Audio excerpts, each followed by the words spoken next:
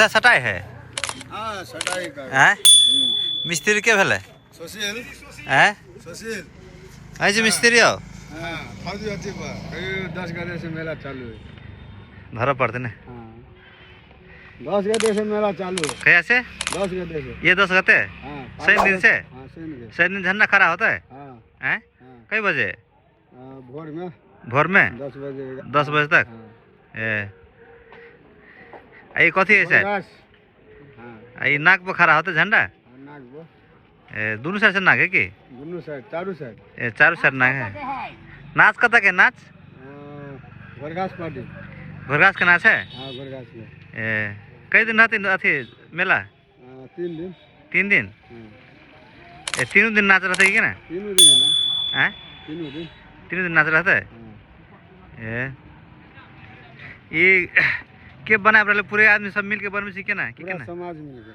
पूरे गांव के आदमी पूरे सब हाँ, आदमी पूरे मिला के समाज मिल गया। ए बाबा ठीक है ना झंडा होते कि नहीं तैयारी सही दिन तक हैं होता है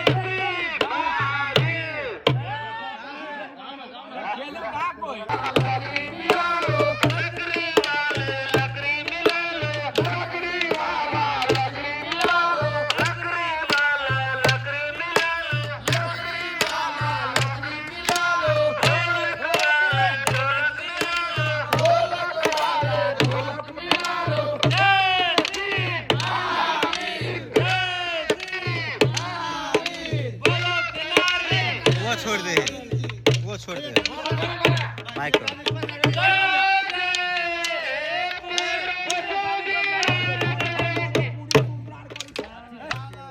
मार मार तो मार।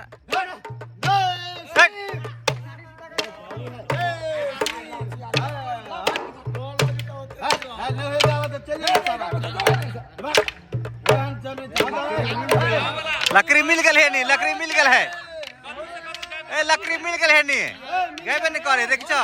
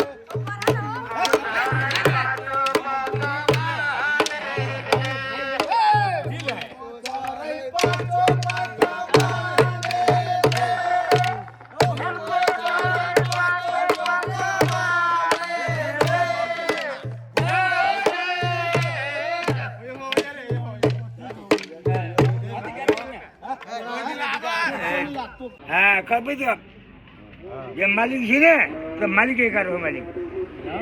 हाँ जय विजय है ते, जय विजय है ते। तगड़े से है ते लेट तो लगते लेट गिरा लोग चलो मुनी। भैया कहे तक लिखवा देती है। अब देखो तो मंगल तक होई छो कि नहीं होई छो। एक काम के रखे आह रखबे मंगल के तो सियोर आथी छो। खरा होता ना तो थोड़ा खपिया खराब है मंगल के तो होबे कर तो कथि कर तो देखित रहा तो तैयारी है मंगल के तो कितना टेंशन है। मंगल को भज देते भाग जा। आई बजे तक झंडा खड़ा होबक चाहिए। हम तो कहे हम पहले हम तो कहे 7 बजे करिए खड़ा झंडा।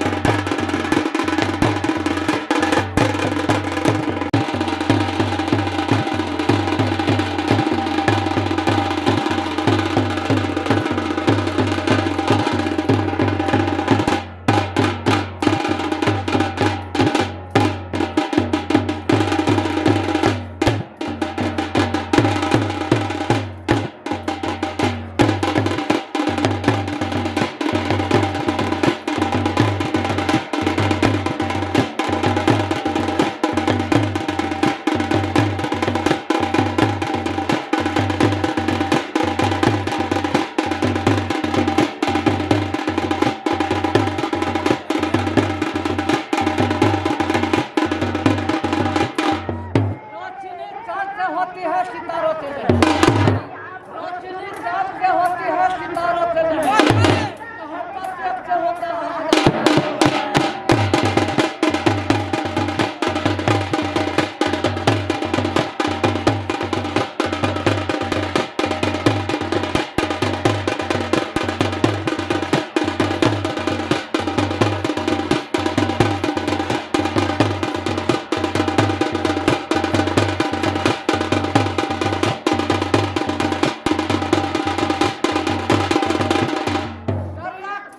दरिया को बांध कर पानी दरिया को बांध कर पानी किसकी मजाल है तो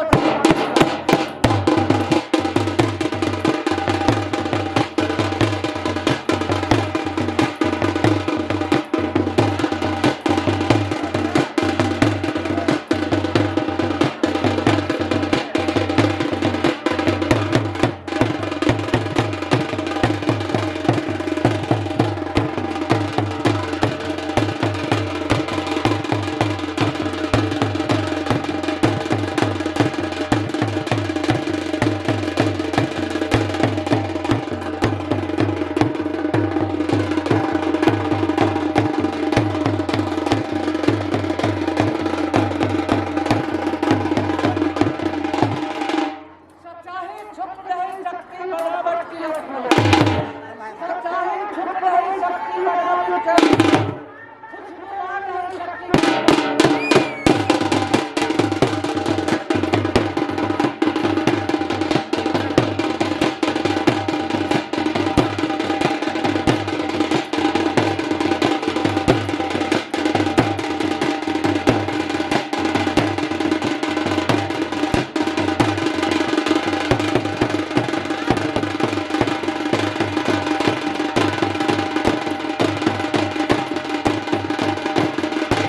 यदि बकरा क्यों करते हो बकरी की बकरा क्यों करते हो बकरी की तरह आरा लगा के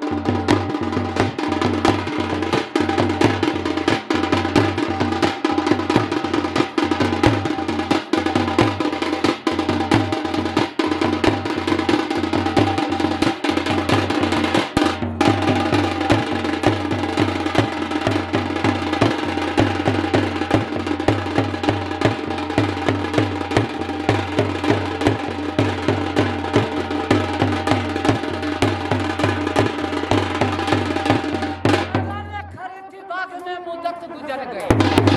लैला ने खरीदी बाग में मुद्दत गुजर गई। मजलूम ने मारा तीर तो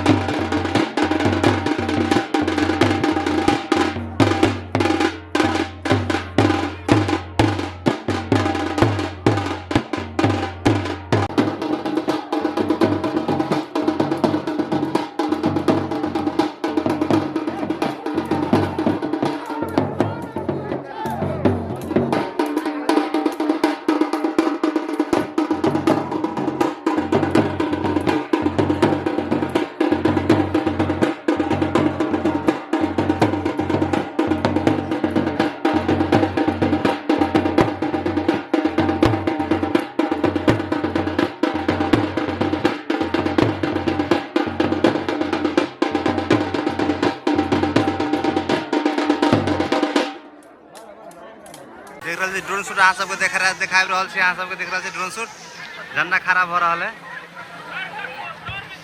ड्रोन शूट भ रहा है अहाँ सबके देखा रहल छी। इसे पेट भ रहा है।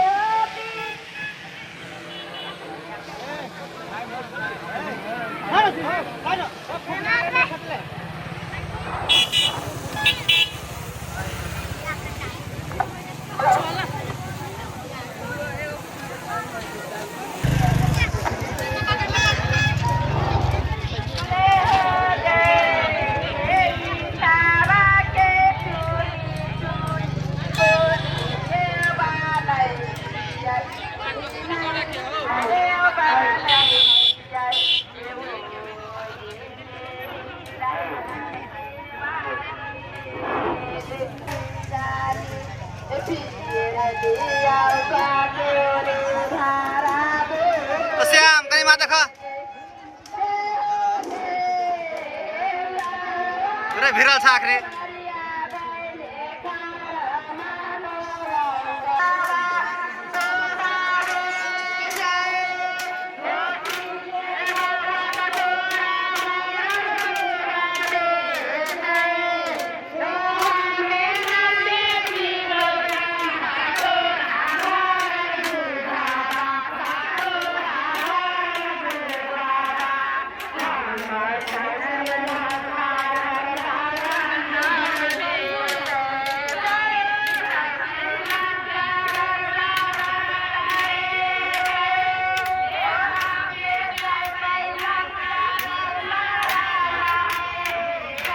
अरे यथा से पकड़ यार, देखा इस बार यहाँ पर से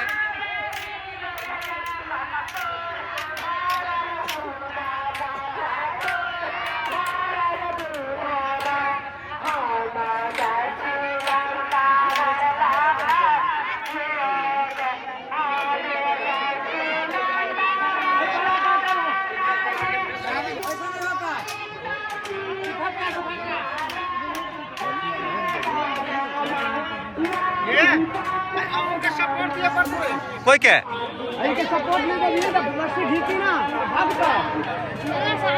सपोर्ट दिया पड़ता है कौन ने?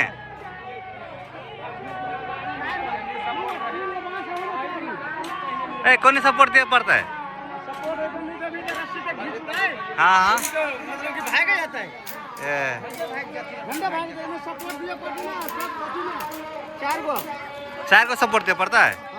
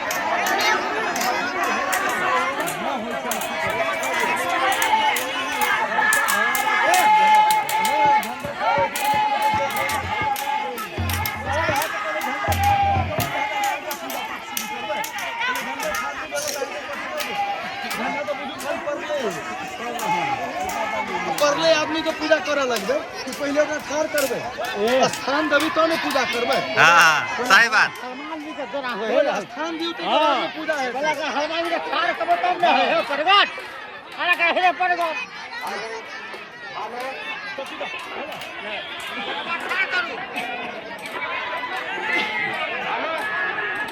बाहर को उठा ले है ऐना उठा रहा है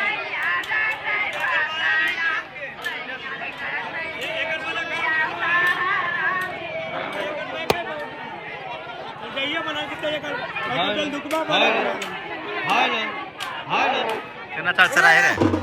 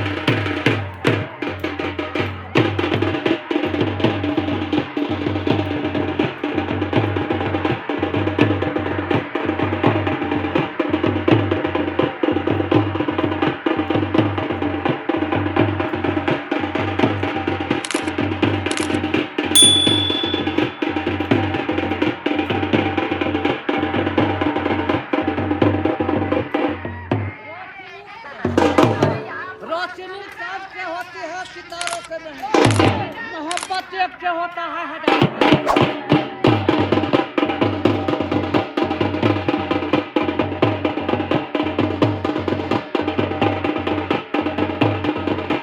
बांध बांध कर पानी को रोको दरिया को बांध बांध कर पानी को रोको किसकी मजाल है तो दुनिया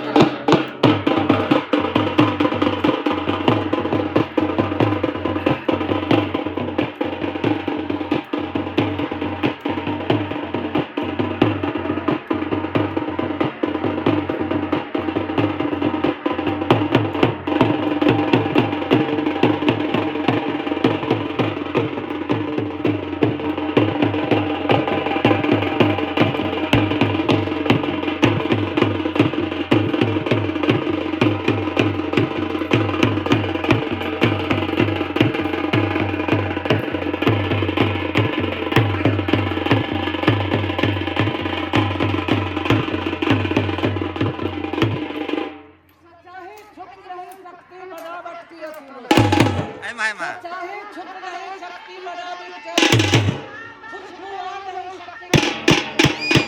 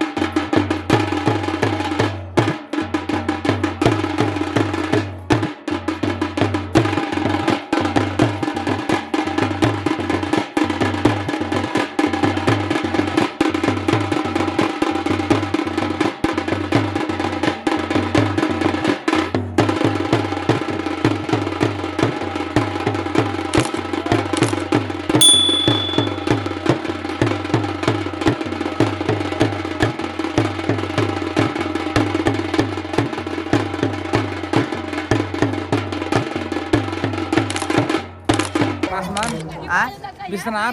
विश्वनाथ पासवान, हाँ मतलब 3 किशुन आदमी। पासवान। किशुन पासवान, हाँ विश्वनाथ पासवान आ सुशील शाह। सुशील शाह। सुशील शाह अपने भेलिए। हाँ हाँ कई दिन के मेला लगन छै यहाँ सब? कहियो 4 दिन का देखियो आप कई दिन के मेला है। 4 दिन के। हाँ। ये यहाँ के मेला कौन गांव में है? एड्रेस कहियो एक बार। घोरघास में, हैं? नगर नगर पालिका में, घोरघास में, नारायण नगर पालिका घोरघास वार्ड नंबर 9 में। आ नाच कत के है? घोरघास के। घोरघास पार्टी अल्हार दल। हाँ सुशील शाह के पार्टी। सुशील शाह के पार्टी। हाँ अहाँ के अपने पार्टी के ना? और अपने पार्टी है। अहाँ के अपने पार्टी हवा? हाँ ए झंडा में बनावे में है कतेक दिन लागल लगभग? 30 दिन, 1 महीना। 1 महीना। हाँ 1 महीना लगले ना? तो आके मतलब साथ देवा वाला सब आदमी है कि ना? नहीं 3 आदमी मात्र। 3 आदमी। 2 आदमी हुआ, हम एगो 3 घोड़ा मात्र। ई झंडा बनावे में गांव के आदमी सब साथ दिलक नहीं? नहीं कोई नहीं, हैं? कोई नहीं दल के साथ। नहीं दल के साथ। हाँ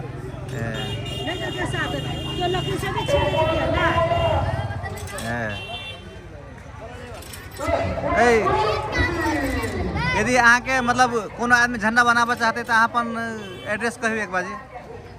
नंबर था तो नहीं है। नहीं तो अहाँ अपन एड्रेस कहबे नहीं तो वहाँ के वही हिसाब से चलेते। अब बुझल तो हमरा नंबरे नहीं है तो मोबाइल नहीं के। तो अहाँ अपन एड्रेस कहू ना, अहाँ कत रहे छी को अहाँ एड्रेस घोरघास रहे छी ने। घोरघास। हाँ सावजी छी हम। मिलना घर है।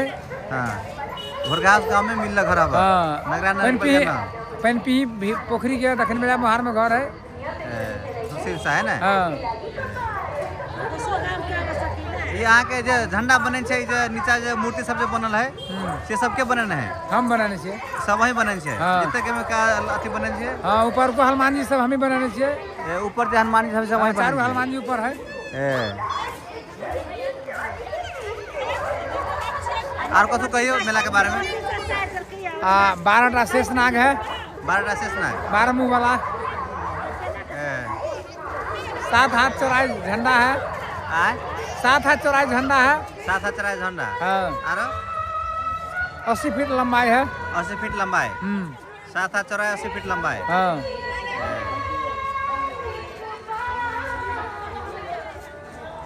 और नाच कई दिन के हवा? 2 दिन के। 2 दिन के नाच। हाँ काल 4 दिन के मेला कहै छी तो फिर 2 दिन कतक अब रहते? 2 दिन का कतक क्लास नहीं था नहीं है।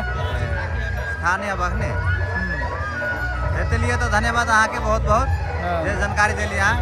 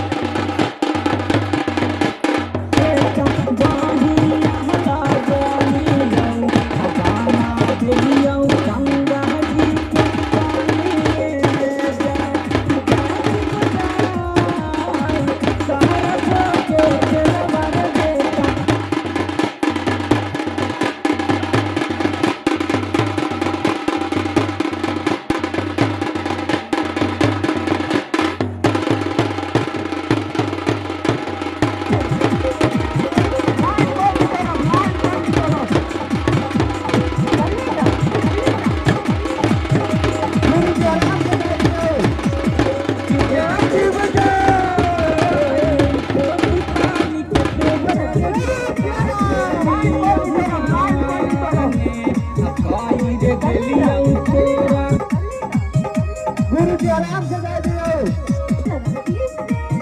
लाइन कोई तरफ चलेगा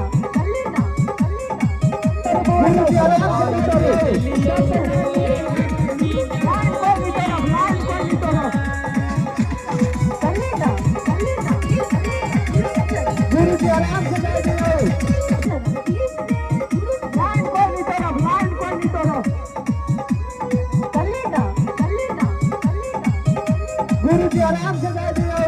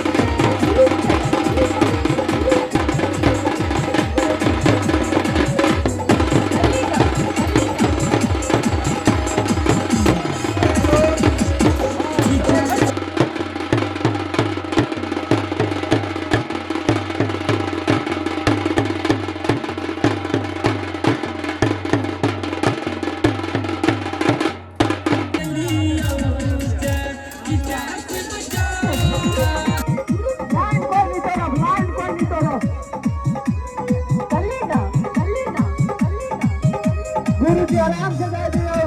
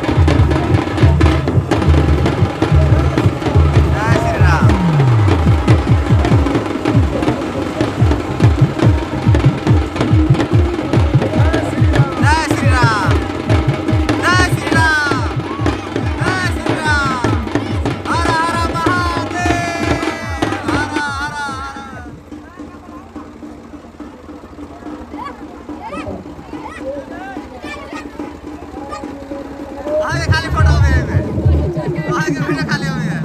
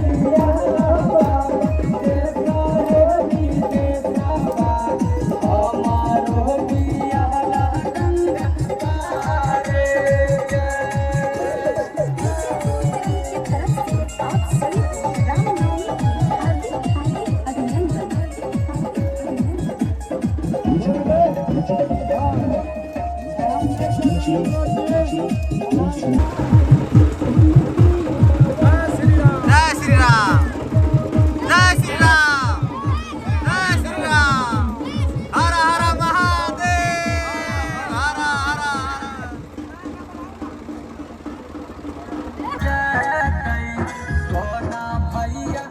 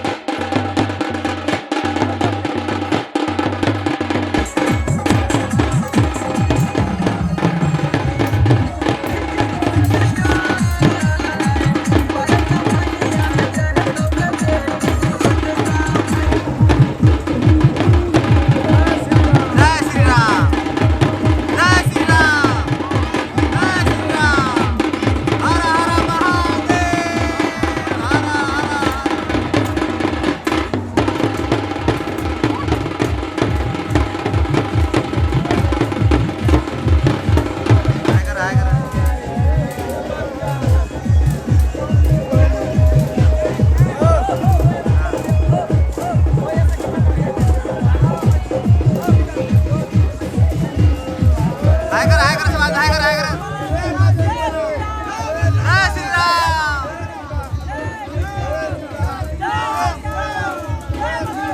जय श्री राम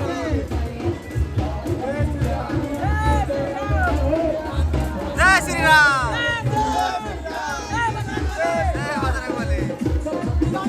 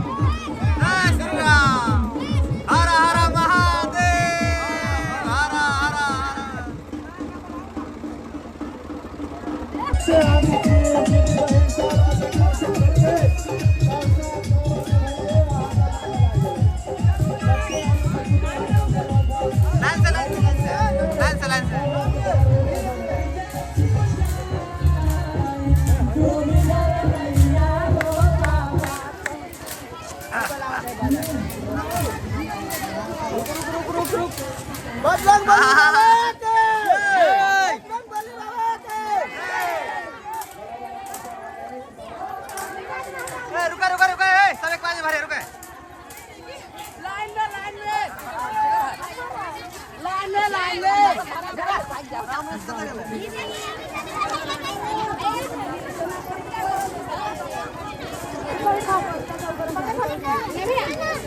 हर तो हर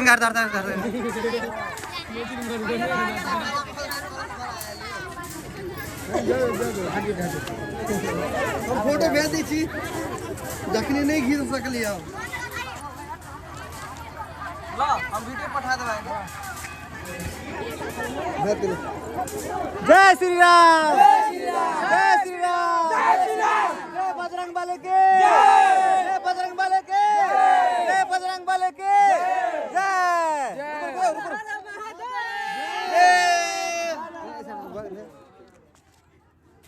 रुकियो कनी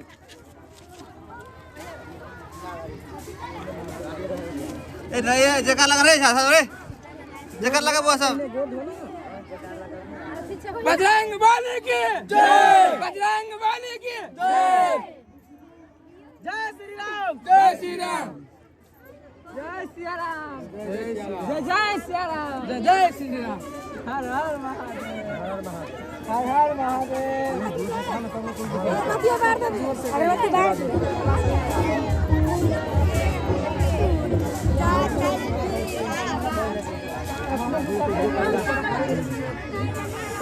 हाथ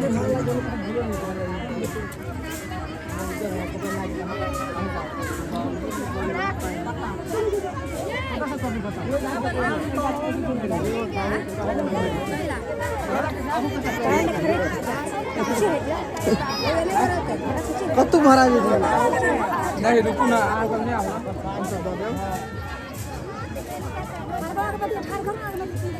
ए मुकलाठी सके बुआ बजरंगबली बाबा का जय नहीं भरे हैं दो दो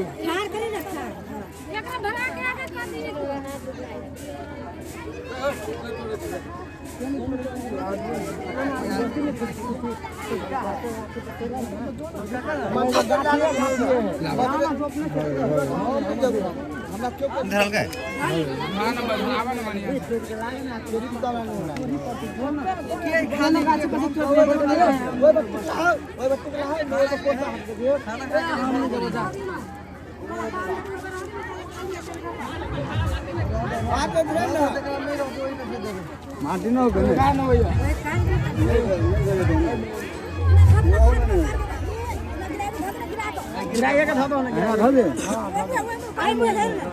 हेलो हल्का पहले पानी लगा धोन दिल के तक हिंता गाड़ी अरे जय बजरंग बली ये बात है 5 बजे का कम से कम जय बजरंग बली जय बजरंग बली जय हो बजरंग बली की जय जय सिया राम जय सिया राम जय सिया राम जय जय सिया राम जय जय सिया राम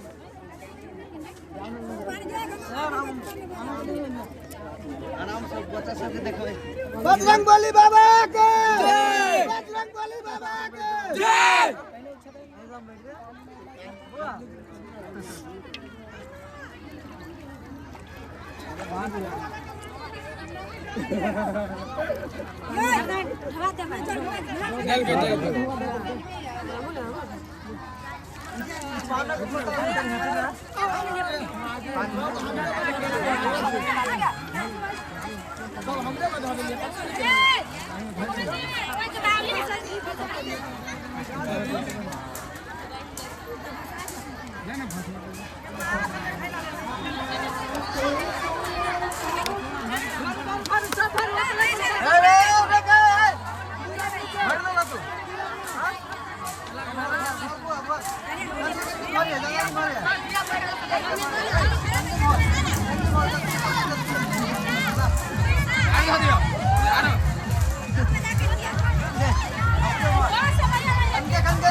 भारी लगता मेरे बाल में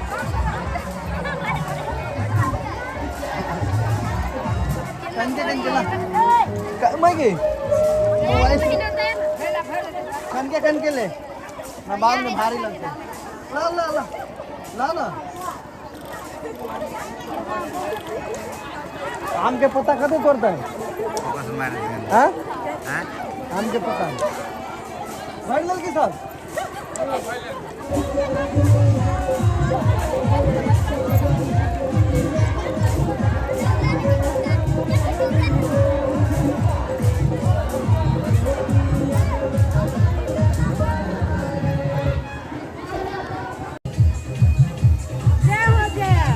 जय श्री राम जय बजरंग बली हर हर महादेव हर हर हर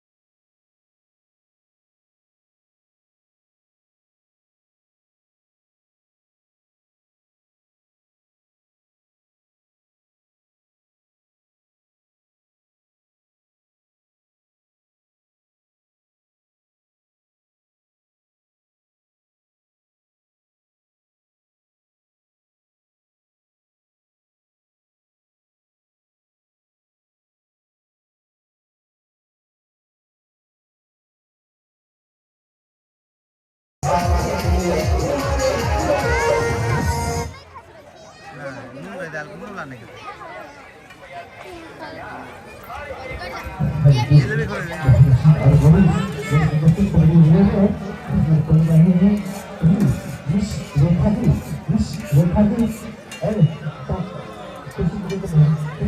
कितना जलेबी 200 किलो हाँ 200 किलो 200 के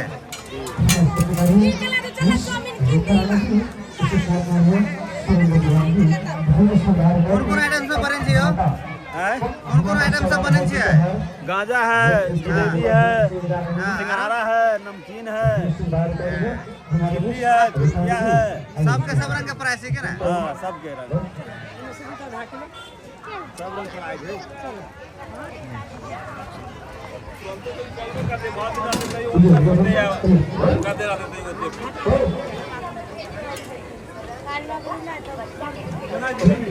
कथे ले छियै हाँ जिलेबी ले छियै केना है जलेबी 50 रुपए पुआ 50 रुपए पुआ हमरा 50 रुपए पुआ पुआ दिया, दू पुआ दिया। और कौन का सब किने छियै मेला में लारू से चढ़ा वाला ये ताजा ताजा जलेबी बन रहा है धीरे पुआ केना है जलेबी जलेबी 50 रुपए पुआ हाँ 50 रुपए पुआ। कौन सा बेचे छियै ये जिलेबी है, समोसा है, गांजा है, झिल्ली है, गुजिया है। लपनी हमरा लागे चाहिए चिकन के ये केना देही केना जलेबी छन दे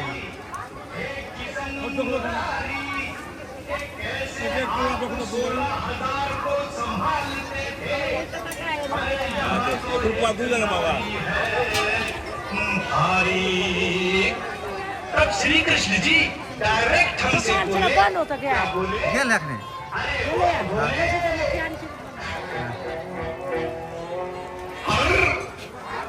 केना है समाचार एकदम जाएगा कैसा बेचे छियै जलेबी है गांजा है लड्डू है सिंघाड़ा है झिल्ली है मिठाई है आरो हर कुछ यहाँ है मिठाई के दुकान में मिठाई सब बनबै छियै जी जी जलेबी केना किलो है 200 रुपये 200 रुपए गांजा सब 200 रुपये सब 200 रुपए चिल्ली है 20 रुपए जिले 20 रुपए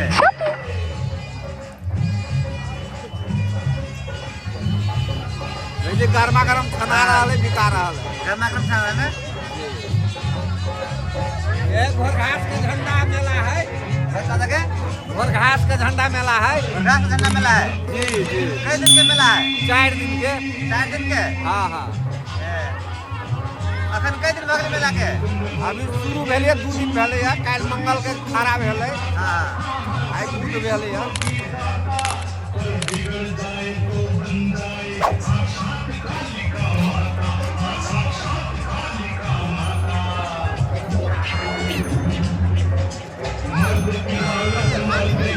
रात के लिए मिनट है मिनट चलियो हैं देखा छो बहुत बढ़िया करे करे करे तोरा ना करे मन एक करे ये तोरा ने ओरा कोने तो उल्टे कर दे देखा हो